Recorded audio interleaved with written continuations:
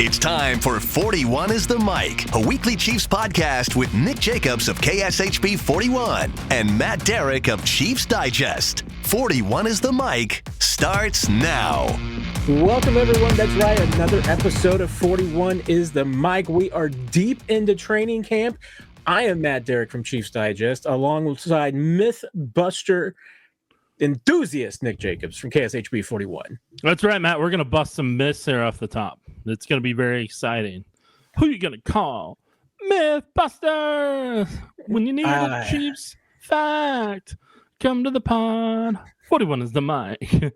We'll bust those myths. Oh, this is an extended version I wasn't expecting. I love it. Bana, bana, bana.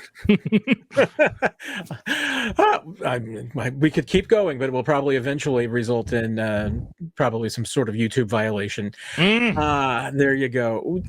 But speaking of myths, we were talking about just what we're going to talk about today, and we're talking about some of the things that we're asked and that people are saying online, and it's like, well, let's just get into some of these things that we hear that are right now just don't look like they're going to be the case or true. And the one that started our conversation on this, the notion that Brashard Smith won't make this team and won't be on the 53. He's definitely making the 53, right, Nick? I mean, he should, because, I mean, here's the thing I need people to understand. It's in, like, the real world, the more you can do, the more you make yourself valuable. So with somebody like him, he can kick return, he can punt return, he can bump out to wide receiver, he can play running back, he can carry veteran teammates' helmets, you name it, he can do it. But and he's the most explosive running back in the running back room. Like, that's reality. That's just where it's at. So whenever people talk about, hey, the Chiefs going to keep 6 or 7 wide receivers, hey, spoiler alert, Brashard Smith is kind of like the 7th receiver, and he's also a running back as well and a kick and punt returner. So, like, if you're looking to essentially kind of keep a quote-unquote 7th wide receiver, like, Brashard Smith can be the unofficial 7th wide receiver, but also play special teams and running back. So his versatility is, like, something that I don't know if people fully understand or expect right now. And yesterday he had a really big, and by yesterday I mean on Saturday if you're listening to this later, he had a really big blitz pickup against McDonald, who's been showing out at training camp and having a really strong camp so far. And like, Smith stopped him right in the hole. And I mean, McDonald's twice his size, and I mean he pretty much stopped him in his tracks, even though he's about half his size and everything. And so, like, he was, he got right up in there, pass protected the way Eric Bieniemy would have loved it. And, I mean, he handled business there. So I thought that was a really impressive step on that play. Yeah, you mentioned the kick return ability. I mean, he's going to be one of the top 2 kick returners on this team. There's zero doubt about that. I have a little hesitancy on punt return because he is new to it. He has good hands. He's been pretty good. There's been a little bobble or two, but he hasn't been putting the ball in the turf or anything. But out of the backfield, you're absolutely right. I mean, the Chiefs want some explosiveness, and nobody else gives them that. Even Elijah Mitchell hasn't shown any of the explosiveness yet that he kind of maybe had as a rookie in San Francisco. He's still working his way back in, though. But you're right. I mean, Brashard Smith just creates mismatches, and especially when they put him in the backfield and then split him out. I mean, you get him on a linebacker, that is an absolute disaster for the defense waiting to happen. And he is a piece that they can move around and create some of those mismatches. So that's just, I have a hard time. I'll have a 53-man roster projection coming out Sunday night, Nick, and he's going to be my 53. There's no doubt about it. I just feel like that there's just no way they can't leave him off this roster. The one I get a lot, and I've been working on busting some myths, is the notion that Jalen Moore is competing to be a starter right now. And right now might be doing a lot of work there because things can change. Injuries can change. Performances can change. And views can change. But right now, there is no spot on this offensive line at any position where Jalen Moore is the first option. I mean, he's getting some work at left guard, which, remember, he has never played in his NFL career. He might have been taking some snaps and practices in the past, but it's never something that he's done in the game. And he hasn't played right tackle in 4 years, so even that's new to him. Chiefs signed to be a left tackle, and then they changed their roster. I mean, it didn't necessarily change their plan, but this wasn't what they were expecting when they signed Jalen Moore. But right now, if he is just an expensive 6th lineman, Nick, that's fine with the Chiefs, but right now he's not a starter anywhere. Yeah, keywords right now. All it's going to take is a Jawan Taylor injury with his knee, having a setback with that, or if Kingsley Suamataia struggles at left guard in the weeks ahead, then I think those are opportunities that they would explore to put Jalen Moore in at that spot. And I know people are locked in on the fact he makes nearly $10 million a year in the contract that they gave to him and everything. And I totally get that. And I think he's going to get an opportunity at some point. It's just the injury that it's going to take, or the performance issue that may occur just hasn't happened yet. But, it's only August 3rd. So, I mean, give it time. Let it work itself out. Like everybody just wants something for some reason to be done and answered and figured out right in that moment. But it's a long, long season. Yeah, if he does enter the conversation at left guard, it's going to be after a preseason game. I mean, that's when, if there's going to be an evaluation of Kingsley, that the Chiefs are like, wait a minute, this might not work. But I see no indication from the Chiefs whatsoever that they're even going to consider Jalen Moore replacing Jawan Taylor. Jawan Taylor's the right tackle. Yeah, I mean, he's going to get so for the thing I want to emphasize to people, barring an injury, yes. What I want to emphasize to people right now is like, why is Jalen getting first team reps here? Why is he getting this? It's because right now they get the opportunity to conserve Jawan Taylor's knee, and they want Moore to get a lot of reps and a lot of looks at either left guard or right tackle. And that if you can conserve Jawan Taylor's knee in training camp right now and in preseason, and allow Moore to get those live game reps and everything, that's not a bad thing. That's a very good thing that can kind of help this football team get to where it wants to go with how long their seasons have been over the years. So if they can help take some of those snaps and do load management on Jawan Taylor's preseason and training camp aspect, then I would do it too if I were in their shoes. Yep. A final myth we wanted to dispel and talk about is the notion that Omar Norman-Lott won't be playing a big role this year, Nick. Tell me why that's a myth. I mean, with Omar Norman-Lott, I don't think he's going to be used in the same way that people anticipate or I anticipated. You're going to see him a lot at one tech. I mean, he's bulked up from whenever he was at rookie minicamp to now, and he continues to do so. And he's got good strength and good quickness to him to where he's going to be rotating in with Mike Pennell. Jerry Tiller is probably going to be rotating in more with Chris Jones as the 3 tech. So that's kind of the biggest thing. I want people to understand. Charles Omenihu rotated in at the 3 tech a handful of times a day when they went into some of their other packages and everything. And Mike Dana is able to rotate in and create a combination. So the Chiefs are going to find a handful of combinations of defensive tackle to where Mike Pennell's the run stuffer. He'll rotate out. Omar Norman-Lott will rotate in. And then if Chris needs a break, they'll probably use Charles Omenihu in some way. Maybe Ashton Gelati comes in some rotation as well with how strong he is. But the Chiefs are trying to give themselves versatility at 3 or 4 different spots between that 5 tech, the 7 tech, the 3, and the 1 tech. And they want to give themselves at least, I feel like they want to give themselves 7 deep if they can, to be able to rotate and keep guys fresh and everything so that pass rush can potentially stay ferocious.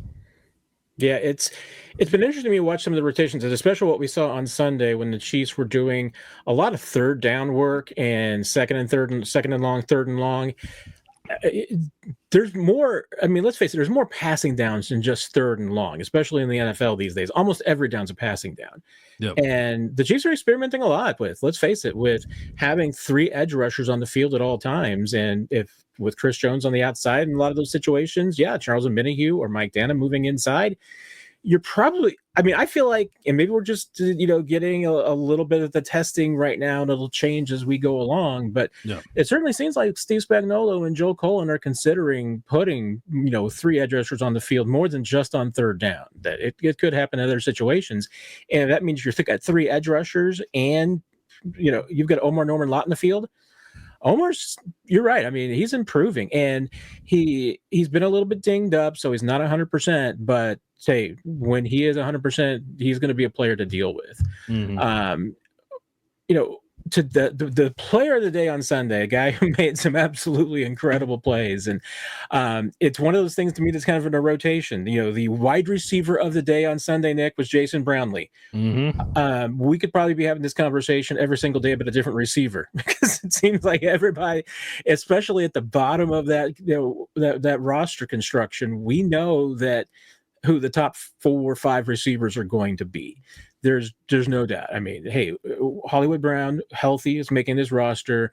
Rashee Rice, Xavier Worthy, Jalen Royals, Juju Smith-Schuster. Those 5 are on.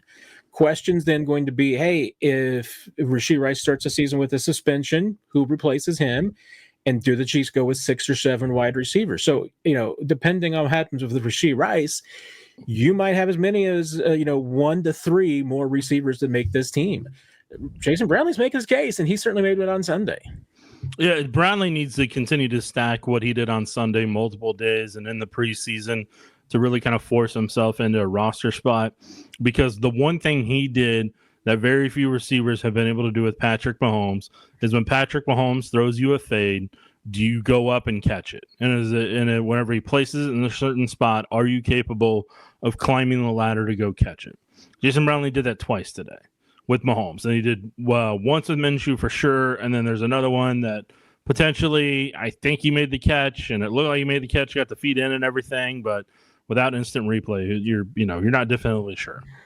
But yeah, Brownlee had a really strong day in the red zone work and 7-on-7, to where he needs to continue stacking those days. And if he starts stacking those days, he is forcing the issue to where he can potentially be a 6th receiver for this team, maybe 7th, because he's a 6'3", over 200 pounds, and he's kind of the big body receiver that they need to kind of pair with Royals and Rice and potentially kind of work in that aspect of it. So I don't know. I'm interested to see if he can continue to build days together, because right now I feel like Tyquan Thornton is kind of the leader in that room for that potential 6th spot. And I think Nico Remigio is going to have to continue to show more at the receiver spot, because, obviously Dave Toub talks about him as a returner and everything. But, Brownlee can kind of force this issue in the days and weeks ahead. And for people wondering about Elijah Badger, I think he's got a lot he's going to have to work on from a route running perspective for the Chiefs scheme, to where I think you're trying to put a redshirt year on him and put him on the practice squad while you continually work on anything that's not a vertical part of his game. There's a radical possibility, and I did not think this was going to be something I would say this year during training camp, and it only pops in a little bit because of the Rashee Rice situation.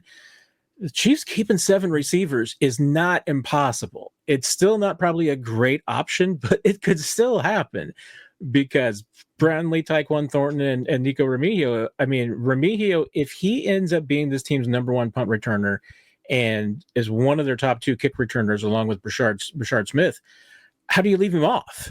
That's going to be very, very difficult. If Brashard Smith or someone else can step up and win a punt return job, then that does make Nico a little bit more expendable. But I agree with you. Right now, Nico, Tyquan Thornton would be the 6th receiver. And then the question is, do you keep a 7th? Right now, it'd have to be a coin toss between Nico and Brownlee. And let's face it, we're also leaving Sky Moore on the outskirts of it right now. And Sky Moore is kind of the bubble line for me. If Sky's on the bubble, on the wrong side of the bubble right now, and everybody else is kind of behind him. So I think that probably tells you at least, as far as the chances of a guy like Badger and some of the others making the team, I think that's kind of how it shakes out to me right now. Yep. All right. We talked a little bit about Jalen Moore and Jawan Taylor in the offensive line, but let's talk about in general and just what the offensive lines look like, because we're finally in pads, Nick. We finally got football in the pads this week, and this is when the play in the trenches really matters. And we'll talk about defensive line in a minute, but let's start with the offensive line. What have you seen from that group this week? For the most part, on Saturday, when they were in full pads, they were able to build a pretty clean pocket for Patrick Mahomes. So there were some times where they had a legitimate clean pocket. Mahomes had all the time he'd wanted, and it looked like the 03 Chiefs offensive line out there a handful of times. I'm not saying it was that way every time, but I'm saying whenever there was 5 versus 4 or 5-on-5, in terms of pass blocking, like they were doing their jobs and it was legitimate. Now, I think they're still going to have some hiccups on the left side, being able to account for blitzes whenever they see certain blitzes right now. And they're, I think they're still working through some of their hot reads and hot routes when they're not named Rashee Rice or Travis Kelce, about where they need to go and how quickly they need to get there so they can burn that blitz at the spot that they vacated. But I think they've been working on that as well. So, I mean, I can't really tell a difference, obviously, right now and Jawan Taylor, but when I see him in coaches film and everything, and you get to watch that in that high 50 or not high 50, but from the end zone view, that'll give me a chance to kind of see it from a different lens. And I think Josh Simmons, I think he's going to have his ups and downs at times, and I think the opportunity for him to go against a wide variety of pass rushers and the Arizona Cardinals, that'll be on this upcoming Saturday on KSHB 41 if you're in the Kansas City market, and be able to watch it at 7. Pregame show starts at 6. I'll be putting that together this week. So I'm curious to see, obviously, what Josh Simmons can do. I'm very intrigued to see what Kingsley Suamataia can or can't do, both in the run and pass game and what he's capable of. Look, I mean, Creed Humphrey's a wall. Trey Smith is a wall. And they're going up against some of the best along the defensive line. And then I'm curious to see, like, Jalen Moore, where he gets used in various spots. Essopol is having a strong camp right now. He's slowly starting to look the part to where, at minimum, I definitely think he's going to be on practice squad. But I mean, he's been seeing time at left tackle with the twos. Ethan Driscoll and some of the one-on-ones had a tough day against Mike Dana and against Janorius Robinson. He had a couple tough reps on Sunday in that regard. And I don't know if he's necessarily comfortable at left tackle like he would have been at right tackle last year when he was on that side of there. And they had Wanya Morris at right tackle a handful of times. Jason Godrick's been working in at the left tackle spot. So all that combined from an offense, and Hunter Norzad, his anchor has really improved significantly over the past year, to where I think you need to just mentally be prepared. Caliendo is potentially going to be one of the guards. We'll see what happens with CJ Hansen, but I think right now along the offensive line, what happens with Driscoll and Isapol, I think those are going to be I think that's kind of the final question mark of what they're going to do with those two guys and potentially Wanya Morris in terms of how many offensive linemen they have, how many they keep. Just in my 53 in my head that I've been running through, I'm like, it's honestly down to those 3 guys about how many the numbers they want to keep. And I think Hansen's probably going to need another redshirt year on the practice squad. Yeah, and Jalen Moore obviously factors into that significantly for me, because with Jalen Moore's presence, I'm now much more likely as the 6th offensive lineman to only go with 9 to start, because he can play inside and outside. I mean, you basically got an extra lineman in Jalen Moore because he can play both tackle and guard. Obviously not as experienced at guard, but he can do it in a pinch right now. And I mean, you've mentioned it to me. I mean, he's actually probably maybe better suited as a guard physically. I think he's going to be a really good guard when he gets the opportunity. We'll see what happens. I completely agree with you. And one thing I want to note on Josh Simmons is that he's going to make mistakes, and I don't think the majority of the mistakes are going to be technical or physical mistakes. They're just going to be the mental mistakes that rookies make. And you talk about him and Kingsley. To me, how they work together is going to be pretty key, and that's why I don't know how much they're going to see. If I were Steve Spagnuolo, I would be going to some offensive, if I was Andy Reid and Matt Nagy, all these groups, I would be going to defensive coordinators on the other team and saying, will you throw us some blitzes and just go after the left side of that offensive line? Because I think that's where they're going to struggle, Nick, is the handoff between those two, having them be able to communicate and know their responsibilities, their assignments. We already have been told from some of the coaches that, hey, that's where Josh Simmons is struggling sometimes, is a little bit, is just picking up the calls. Not that he doesn't know the play, but he's still learning the adjustments that you make once you see the defense and once the quarterback and the center are making their calls and then adjusting to that. Mistakes are going to happen. Now, is it going to be the breakdowns that you saw a year ago? I certainly don't think so. Yeah. But there's going to be some communication mishaps. I don't think there's any doubt about that. But this is kind of my segue here, Nick, because my favorite battle today of the one-on-ones, and basically it's become my favorite battle all through training camp now, is Josh Simmons and Ashton Gelati. Mm-hmm. Because these two are just absolutely going at it every single time they face each other. Yeah, I mean, they got a friendly competition going, and Ashton got the best of them on the first one-on-one rep. Simmons was able to continue to take him wide when he tried to beat him outside and kept himself in good position.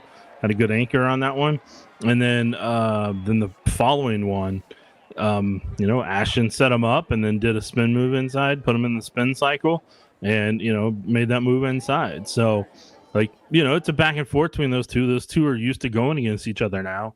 I'm personally more intrigued to see Ashton kind of go up against the Cardinals coming up here and some other teams just to kind of see whenever they don't know each other's moves all the time, which we're at the point in training camp to where O-line, D-line knows what each guy is doing. They've done it enough over a handful of days.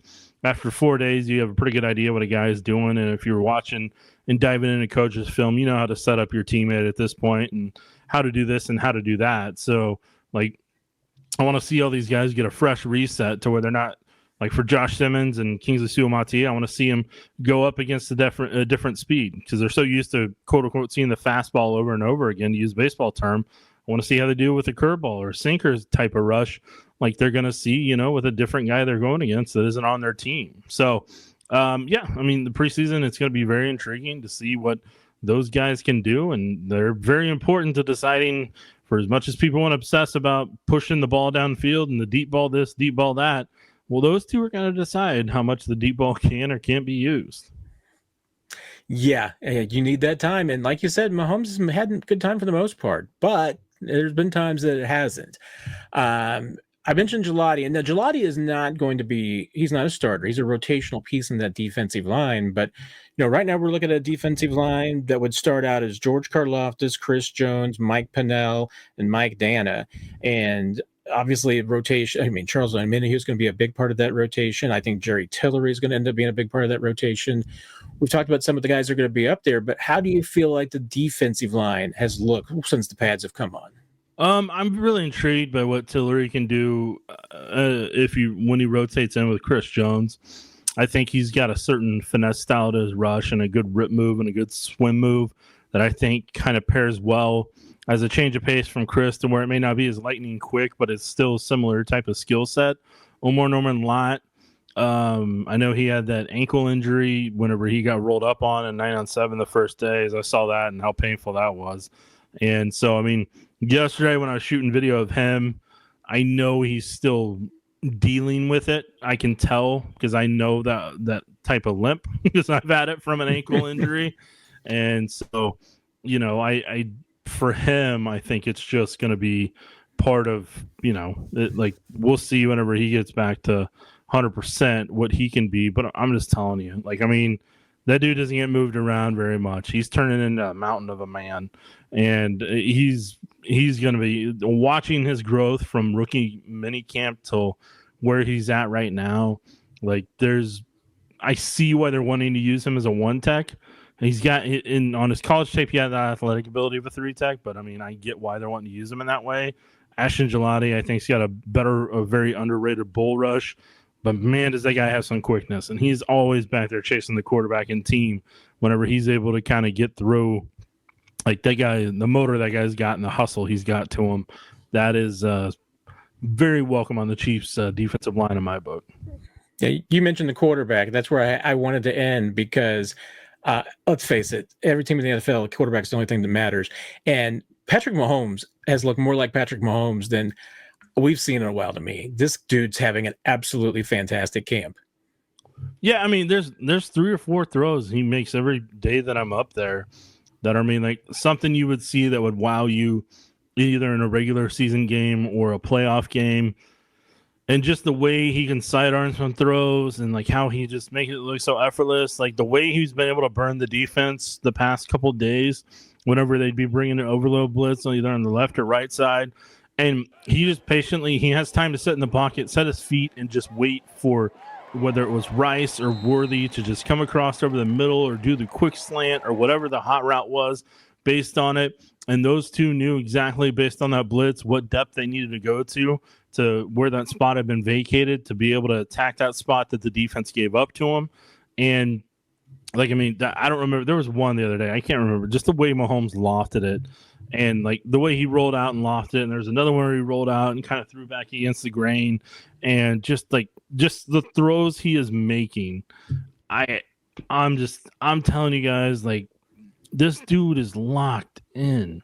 Like, from a deep ball perspective, he's now starting to get into the rhythm that he had in previous years. He's starting to understand more what he needs to do. So I'm just saying, across that board, like, he's getting the timing down with some of those guys, man. There was a throw on Sunday that he made, and I put it up on social media. It's a 7-on-7, or it might have been 9-on-7 at that point whenever the Chiefs threw that curveball with that one, because that was fun to see, because we all counted it up because we're like, wait, that's 9 defenders. It's not 7-on-7, that's 9. But the way he threaded the needle to Rice in between those zones and those 3 defenders, and the way they kind of collapse on it. And there's something I got to say, like Drew Tranquil, who got hurt with a back injury earlier this week. Thing you guys need to know. So, like, if I remember correctly, I said that he was looked like he kind of got caught in the pile, but that's from our angle because we're looking at an angle to him. And when I saw the Chiefs video, I'm like, okay, so he actually just kind of let up and fell down on his own. But from our angle, it looked like he was a part of that pile on that run play. So all that combined, I don't know. It's just intriguing stuff, man. Yeah, and with Patrick, yeah, you mentioned on Nick on Sunday, Patrick Mahomes had a throw on a corner route to Pacheco downfield that was literally on the blade of grass that it needed to be. And he had a sidearm throw that I thought he was just throwing the ball away, and it finds its way into the hands of Robert Tonyan. It's just amazing the camp that this dude is having. Hey, that's it for us today. For today's episode, we're going to be back Tuesday night for the Chiefs Digest live Q&A. Take all your questions then. Next week, back with another episode of 41 is the Mic. We'll be breaking down the preseason game and everything that happens in training camp this week. So hope you join us then. Make sure to leave some reviews, leave comments and questions. We'll always be there to answer them as well. So thanks for joining us, everybody. Bye-bye. You've been listening to 41 is the Mic, presented by KSHB 41, your home of the Chiefs and Chiefs Digest.